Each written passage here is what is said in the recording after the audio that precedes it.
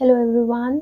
आज के इस वीडियो में हम एक और नया क्वेश्चन करेंगे पाइथन पे बेस्ड, और ये बहुत ही इंटरेस्टिंग वीडियो होने वाला है क्योंकि पाइथन के बहुत ही छोटे से कॉन्सेप्ट पे आपको कैसे कंफ्यूजन हो सकती है जब आप मल्टीपल चॉइस क्वेश्चन सॉल्व करें, चाहे वो अपने स्कूल एग्जाम्स के लिए हो, क्लास 11-12, चाहे वो अपनी प्लेसमेंट्स के लिए हो या अपने ग्रेड और पोस्ट ग्रेड के एग्जाम्स के लिए हो। सो देखते हैं आज का क्वेश्चन क्या है। आज के क्वेश्चन में आपको एक वेरिएबल गिवन है ए और उसको असाइन किया गया है एक स्ट्रिंग के साथ, और स्ट्रिंग यहाँ शुरू हो रहा है और ख़त्म यहाँ हो रहा है। आपने जनरली देखा होगा मेरी वीडियोस में कि मैं जुपिटर नोटबुक के आईडी पे आपको कोड रन करके यहाँ पे स्निपेट्स दिखाती हूँ। जैसा कि आप इसमें भी नोटिस कर पाएंगे कि ये जो पाइथन लिखा हुआ है ये रेड कलर में हाइलाइटेड है और ये जो नीचे वाला पार्ट है ये ब्लैक में है। जनरली जो अच्छे इंटीग्रेटेड डेवलपमेंट एनवायरनमेंट्स या आईडीई होते हैं जिस पे आप कोड करते हैं, वो आपको कहीं ना कहीं सिग्नल आउट कर देते हैं डिफरेंट कॉन्सेप्ट्स को डिफरेंट कलर्स में। इस स्टेटमेंट में ये दो डिफरेंट कलर्स क्यों हैं? अगर ये पूरा string Python output based question एक सिंगल स्ट्रिंग है तो ये डिफरेंट कलर से हाईलाइटेड क्यों है, ये हम जानेंगे इस पर्टिकुलर वीडियो में। जब आप इस पर्टिकुलर स्टेटमेंट को एग्जीक्यूट करेंगे तो आपको एक एरर दिखाई देगा, यानी पाइथन एरर थ्रो करेगा। और ये एरर क्यों है? ये एक सिंटैक्स एरर है, यानी इस तरीके से स्ट्रिंग को डिक्लेयर करके इस वेरिएबल में असाइन करने का तरीका ही सही नहीं है। और ये तरीका गलत क्यों है? क्योंकि जब आप एक स्ट्रिंग असाइन करते हैं, यानी आप एक स्ट्रिंग डिक्लेयर करते हैं, तो वो स्ट्रिंग एक ही लाइन में स्टार्ट होके फिनिश होना चाहिए। जैसे कि यहाँ पे सिग्नल भी दिखा रखा है, यानी पाइथन ने एक्सप्लेन भी किया है कि end of line while scanning string literal, यानी जब पाइथन ने स्टार्ट किया ये स्ट्रिंग स्कैन करना इस पर्टिकुलर ओपनिंग कोड से, तो उसको यहाँ पे एंड ऑफ लाइन तो मिल गया, यानी लाइन फिनिश हो गई, फिर भी स्ट्रिंग की एंडिंग यानी क्लोजिंग कोट्स नहीं मिले। ठीक है। और क्योंकि एक स्ट्रिंग से एक्सपेक्टेड होता है कि एक स्ट्रिंग एक ही लाइन में आप कंप्लीटली डिफाइन करेंगे, पूरा स्ट्रिंग एक ही लाइन में लिखेंगे और फिर उसे जिस भी वेरिएबल में असाइन करना है उसमें करेंगे। यहाँ पे इसीलिए एरर आया है क्योंकि आपने अपने पूरे स्ट्रिंग को दो लाइंस में ब्रेक कर लिया है। अगर कभी भी आप पाइथन में अपने एक स्ट्रिंग को दो लाइंस में ब्रेक करके क्लैरिटी के लिए लिखना चाहते हैं तो आपको मल्टी लाइन कैरेक्टर का यूज़ करना पड़ेगा, और तभी ये एक सही स्टेटमेंट होगा, तभी एरर नहीं आएगा।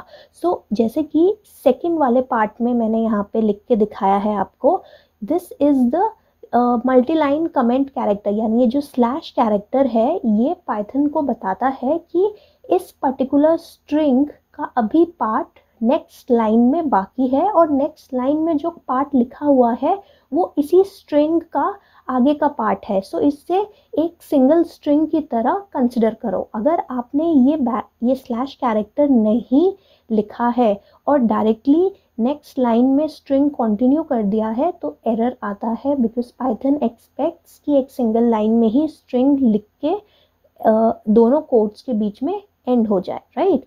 अगर इस सेकंड स्टेटमेंट को अब आप एग्जीक्यूट करेंगे तो आपको एरर नहीं मिलेगा, और जब आप ए की वैल्यू प्रिंट कराएंगे तो उस वेरिएबल में ये वैल्यू आपको स्टोर्ड मिलेगी, यानी ए इज अ स्ट्रिंग।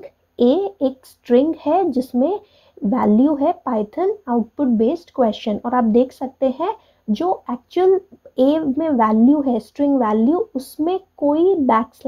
उसमें कोई स्लैश कैरेक्टर नहीं है।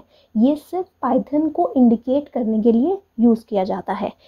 अब यहाँ पे आपने ये तो देखा कि स्लैश कैरेक्टर यूज़ करके आपने नेक्स्ट लाइन में भी स्ट्रिंग लिख के उसे एक सिंगल स्ट्रिंग की तरह असाइन कर दिया वेरिएबल पे।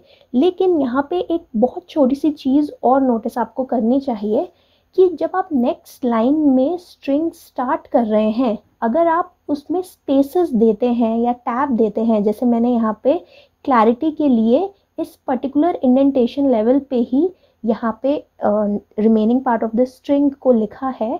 तो जब आप ए की वैल्यू प्रिंट कराएंगे, यानी ए प्रिंट कराएंगे कि क्या स्ट्रिंग उसमें स्टोर हुआ है, तो आपको ये नोटिस आप करेंगे कि यहाँ पे भी स्पेस दिखेगा, ये टैब यहाँ पे आएंगे। और ऐसा क्यों हुआ है?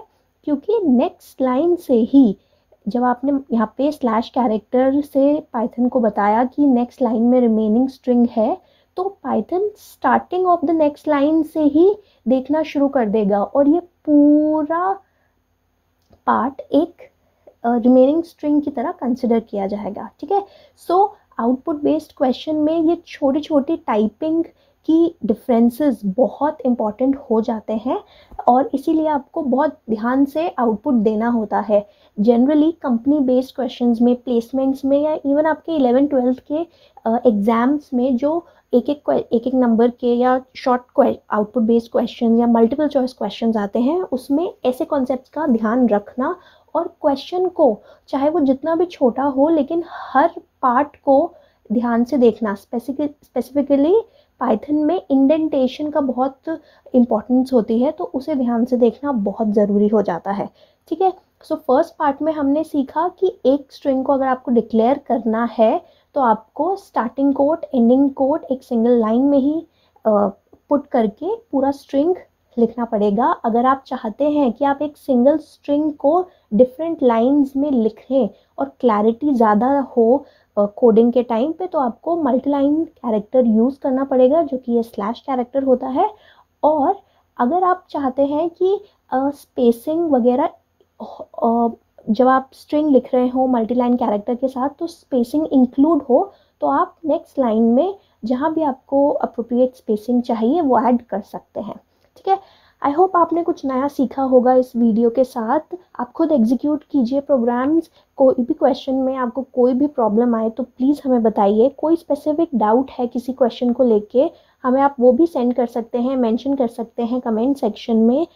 वीडियो अच्छा लगे तो प्लीज़ लाइक कीजिए, सब्सक्राइब कीजिए इस चैनल को, ताकि जब नई वीडियोज़ आएँ तो आपको एक नोटिफिकेशन मिले अपने डिवाइस पे। और फ्रेंड्स के साथ शेयर कीजिए। Thank you for watching.